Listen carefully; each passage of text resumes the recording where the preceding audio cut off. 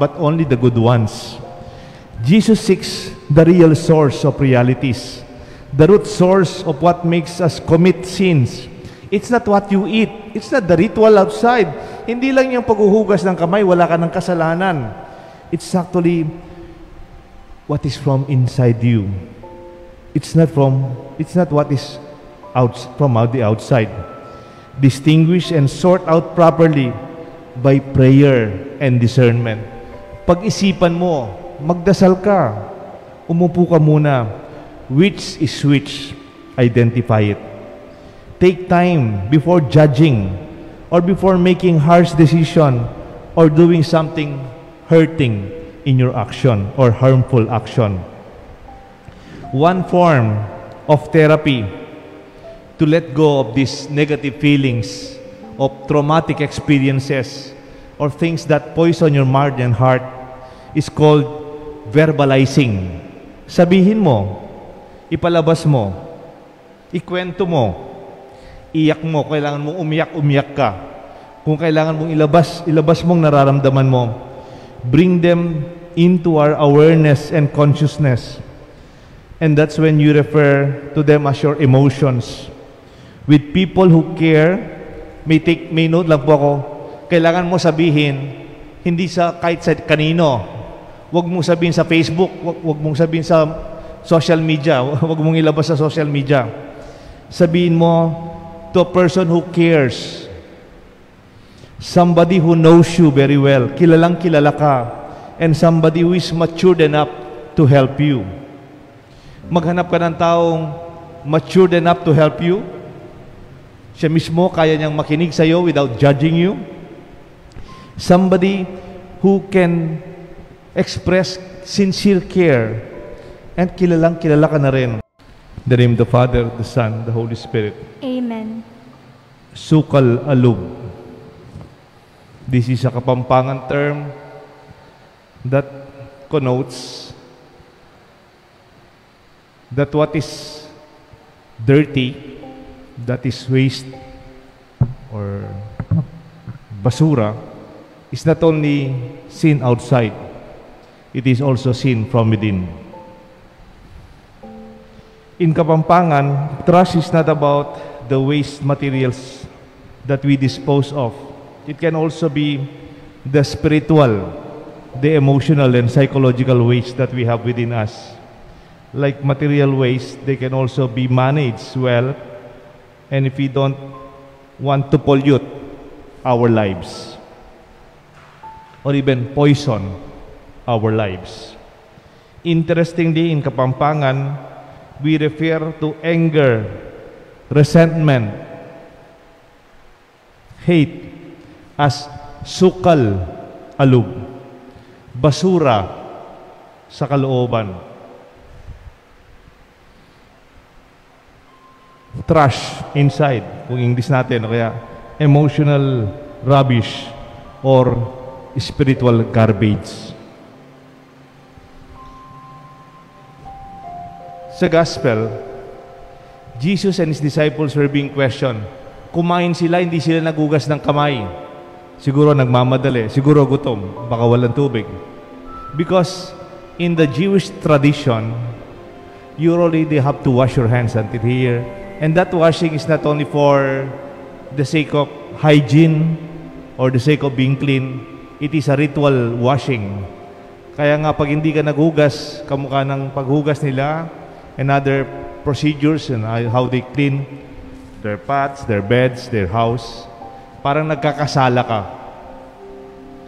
Maybe totoo naman, hindi nga naman magandang kumain ng hindi naghugas ng kamay, lalo na ngayon, parati tayo naghugas ng kamay.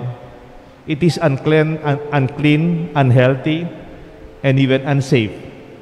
Pero, it is not immoral, or it does not make you sinful. Maybe it can make you unhealthy. That is the point of Jesus. To be more matured in seeing the real cause of sin. I think Jesus also expects us, like a disciple, to learn to manage our spiritual garbage, our spiritual waste. if we want to live truly a blessed life.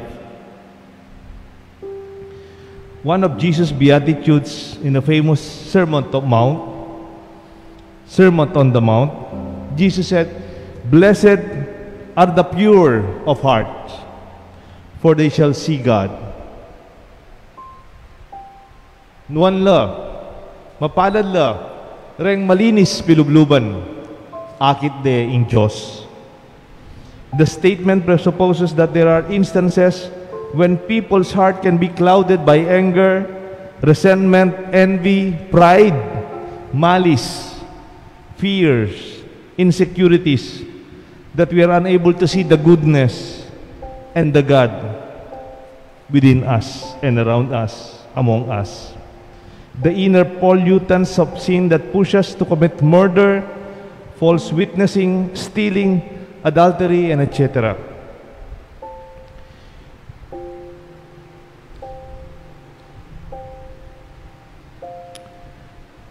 It is not what you put in your mouth that makes you unclean. Hindi po yung kinakain natin ang naging makasalanan ka dahil sa kinain mo. Pwede siguro kung inabuse mo yung katawan mo sa unhealthy foods. But more than just being unhealthy, it should not be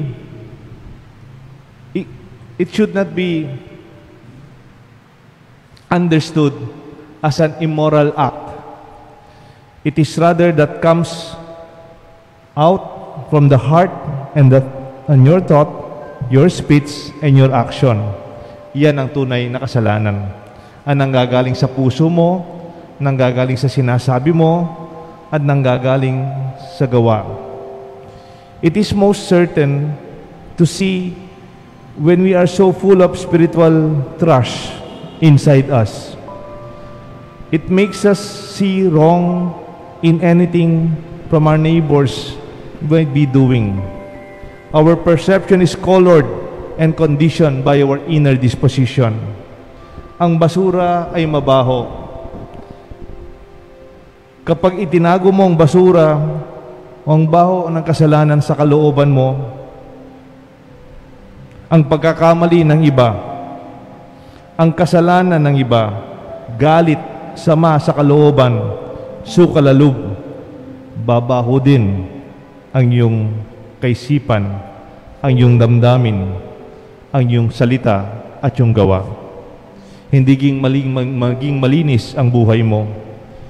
If we apply spiritual management in our own spiritual life, maybe you can understand by segregation. Di ba ngayon segregation?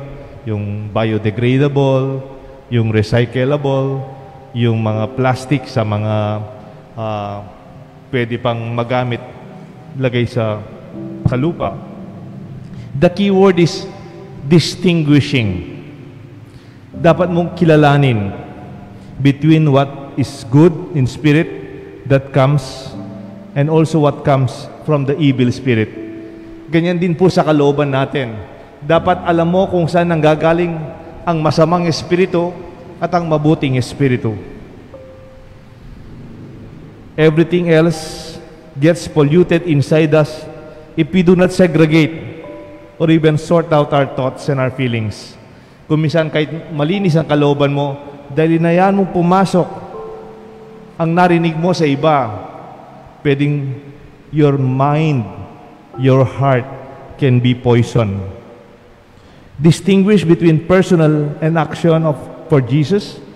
To learn mercy, we must hate sin and love the sinner nevertheless. We hear of instances of road rage, of crimes of passion around us. That is why one of the most popular forms of therapy in America is what they call anger therapy or anger management. They know that people are capable of snapping or losing their rationality or their sense of humanity when they are overcome by negative feelings from within. Kung minsan, matraffic, pare-pareho lang. Pwede kang okay lang sa traffic. Ako naman, pwedeng mainit ang ulo ko sa traffic. Pwedeng may nagkakamaling driver, marami yan. Pwedeng kong pagbigyan dahil hindi naman ako yung law enforcer, pero yung isa pwedeng makipag-away, and it can lead to a lot of things that are not good. We can also be called spiritual basurero. What is that?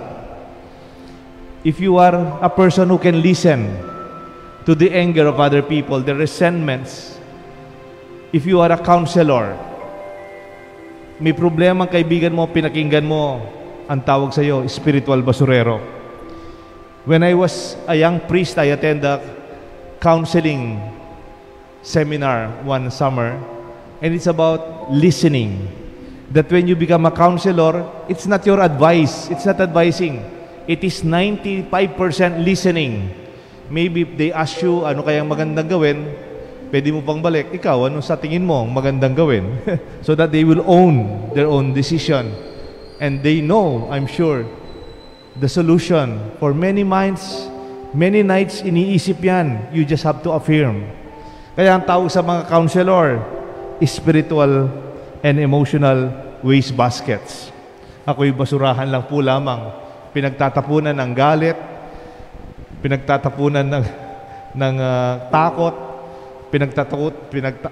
pinagtatapunan ng doubt and so on of other people when you listen to them.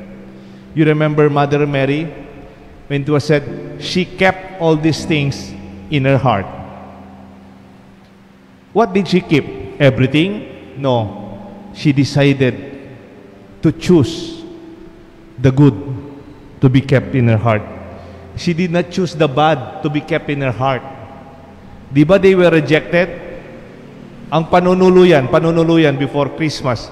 Ang ganda nun, pag panunuluyan, no? Parang napaka-romantic, Christmas. Pero sa totoong karanasan ng panunuluyan, it's an experience of rejection, from rejection to another rejection, from one house to another from another family. That is not good. Even when they were threatened, the baby Jesus was threatened to be killed by Herod. They have to go to Egypt to save the baby. That is also good. Those are not kept. Hindi tinago ni Jesus hindi tinago ni Maria ang mga basurang yon sa kanyang kalooban. She only kept what was good. We have to make a choice. What is this telling? Yung mga counselor sa counseling, meron silang typical na question. Kunyari, meron kang karanasan, nagagalit ka, o meron kang iniyakan, o meron kang kinakatakutan. Ang sasabihin ng nagka-counsel sa iyo, what is this telling about you? Ang karanasan mong yan, ang reaction mo, anong sinasabi niyan tungkol sa sarili mo? Because sometimes, we can go to the same experience. May nagagalit, mayroong hindi naman. Kaya nga, we should segregate. We should distinguish what is happening in our hearts and how we respond to the situation is more important than the situation itself. Nasabi ko na minsan to, yung alam niyo pong Japanese na consultant sa housekeeping, ang pangalan niya Marie Kondo. Meron siyang series sa Netflix, may bagong series siya, meron din siya mga libro. She basically do segregating things at home and decides what brings joy, you can keep it. Pero yung hindi mo na talaga nagbibigay ng kaligayahan sa iyo, you can already share it, or you can recycle it, or you can throw it away. Ganyan din po siguro sa kalooban natin.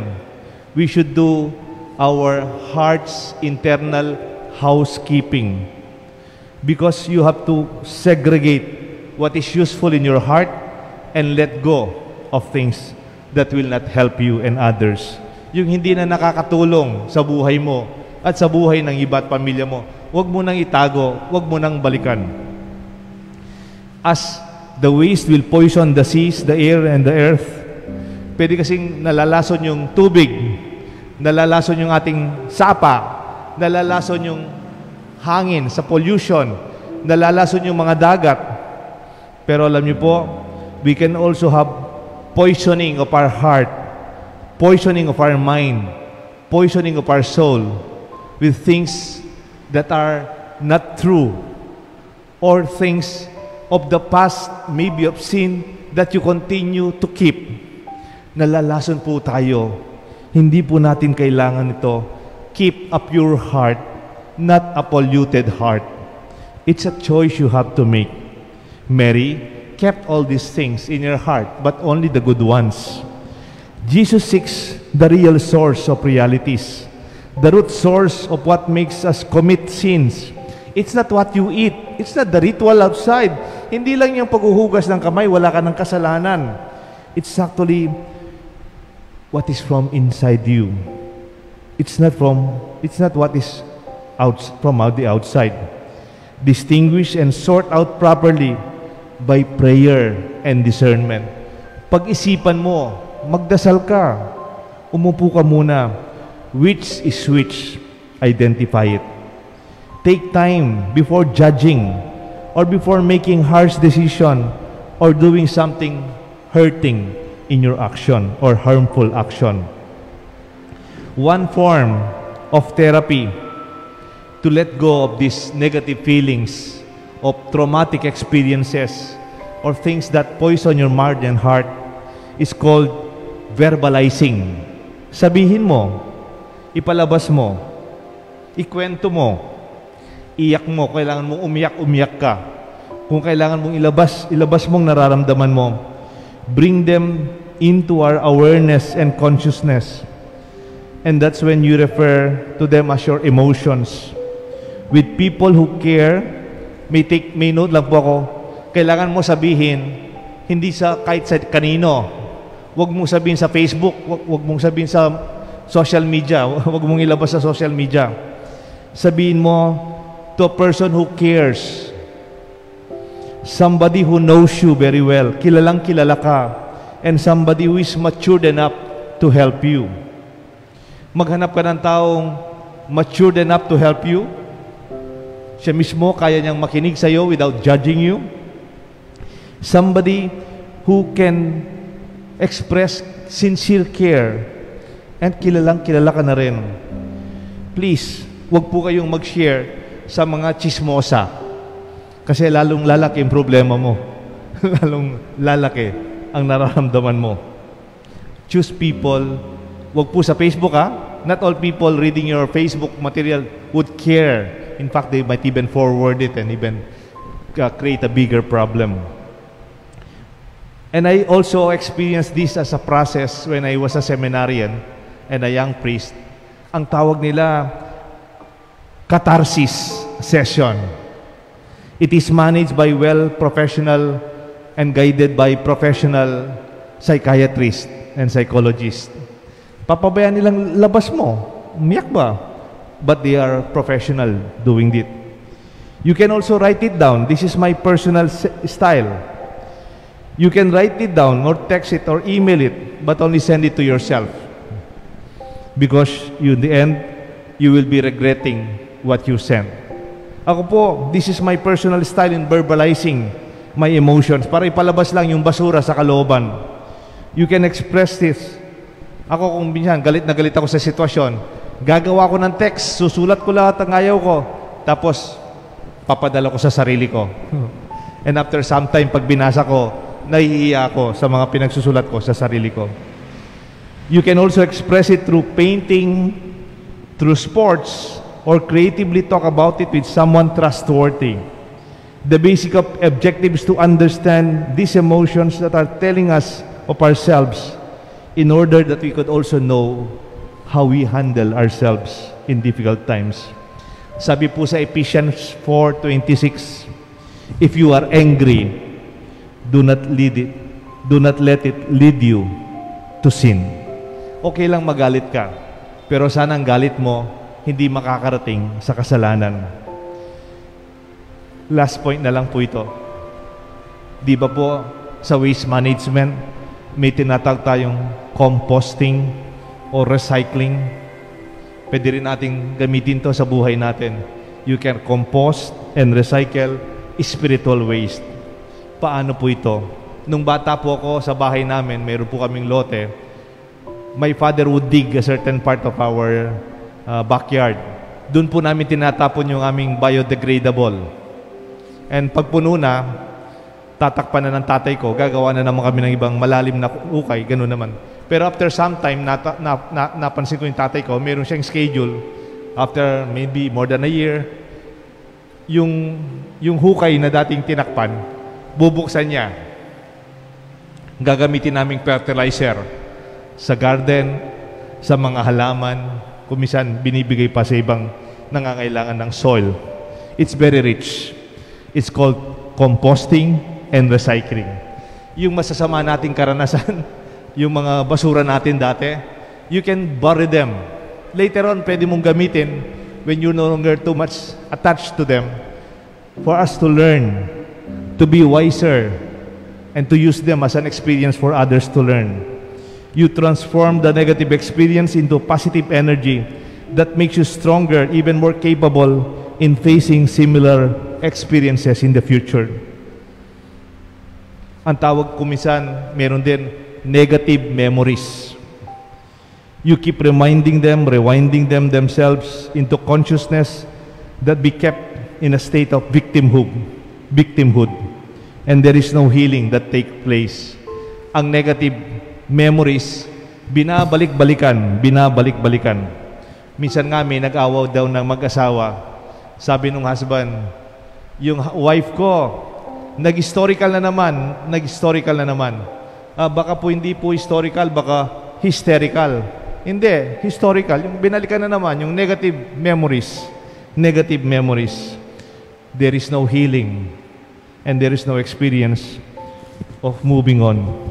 The pain remains as fresh as when it happens in the first time. You allow the wound to fester and the spiritual infection to spread within us when we keep remembering what we should have best forgotten. May I propose something? It's called positive memories. It's a kind of creative recycling.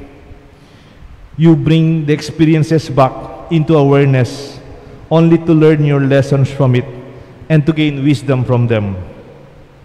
Positive remembering. Nung nasa seminaryo tayo sa philosophy, meron tayong tinatawag na mapaglikhang pagbabalik o mapaglikhang pag-uulit. It's called creative repetition. Remember things by choice that are meant to be good and to be kept because they are good and must be kept. Repeat them, talk about them, share them with your children and family, and celebrate them. And dispose what should be discarded and bring them to a recycling bin. Kaya nga po yung positive memories, balik-balikan natin. Kung nag-aaway kayong mag-asawa, balikan nyo yung mga retrato ninyo ng wedding days ninyo. Balikan nyo yung mga pangako ninyo sa bawat isa. Balikan nyo yung masasayang araw ninyo. And do not be clouded by the present situations that may also become negative memories. Meron po akong kaibigan, meron siyang karanasan sa kanyang tatay. 7 po silang magkakapatid. Ang kaibigan ko pong ito, lumaki siya na wala po yung tatay niya. Kasi po, nung pagkasilang niya, hindi na dumating ang tatay niya. Hindi nila alam kung nag-abroad o nasa Pilipinas, basta nawala ang tatay niya. After the birth of the youngest, the father suddenly did not come home. No communication, no sign of life. For many years, the mother acted also as their father, provider, mother, farmer, and the faithful parent to her children until they all graduated and they were all educated. Single parent po, naging single parent po yung nanay. Pero pinalaki sila, no complaints, wala po siyang no bitterness, no mention of anger, no complaints, no bad words about the absent father for almost 37 years. One evening, the children and the mother were having dinner. Suddenly, their father showed up from nowhere. No warning, no information that he was going home. Sa totoo lang po, hindi nila kilala. They thought he was a stranger, pumasok sa bahay. Hindi na kilala yung tatay nila. For 37 years, hindi mo nakikita yung tatay mo, hindi mo nakilala. And then, the children were so afraid to the reaction of the mother. Tumingin po sila lahat sa nanay. The mother looked at their mother. Their children looked at their mother on how she will react. The mother, without saying a word, stood up, took an extra chair, set up an extra plate, spoon and fork, so that their father can join them for dinner. Her husband had dinner with them that evening with the family. No questions asked, no hurting word, nothing uttered. Hindi niya po siningil, wala siyang sinabi. And for me, that is a very strong story of the family. I could see the mother, a very strong mother. Not only pinatapos niya yung anak niya for 37 years and so, she was also strong before a situation that is not ideal.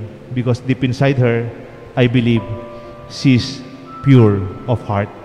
Hindi niya inayaan yung basura ng nakalipas. Ang pinagagawa ng tatay niya, nawala siya. They did not allow that to destroy the purity, the goodness of our heart. May we have this also in our lives. Ugse tapo, recycle tapo, ing sukal alug. May God bless us all, the Father, the Son, and the Holy Spirit. Amen.